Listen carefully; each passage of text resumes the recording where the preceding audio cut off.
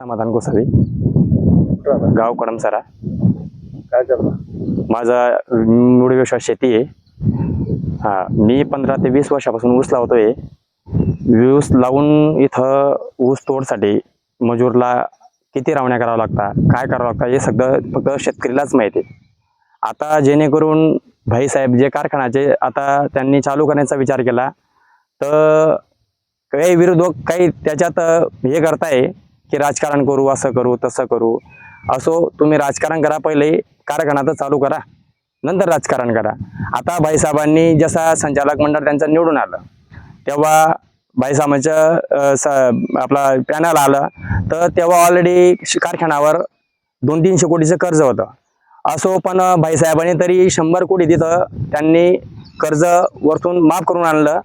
पण आता भाडे तत्वावर का असे ना, त्यांनी कारखाना दिलाय, पण तो कारखाना जर चालू होईल तर इथं स्थायिक लोकांना तो फायदा होणार आहे. जेणेकरून विरोधकांना एकच विनंती आहे की पहिले तुम्ही कारखाना चालू करू द्या, नंतर तुम्हाला काय करायचं ते करा. पण जेणेकरून आता शेतकरी आता उगवून गेलाय. तुम्ही जेणेकरून जर या गोष्टीला जर या विरोध करणार, तर शेतकरी तुमच्या दारासमोर येऊन तुम्हाला तुमच्या दारासमोर येऊन ट्रॅक्टर वगैरे उचलून तुमच्या इथं आंदोलन करणार आहे. हे फक्त विरोधकांनी लक्षात घ्यावे.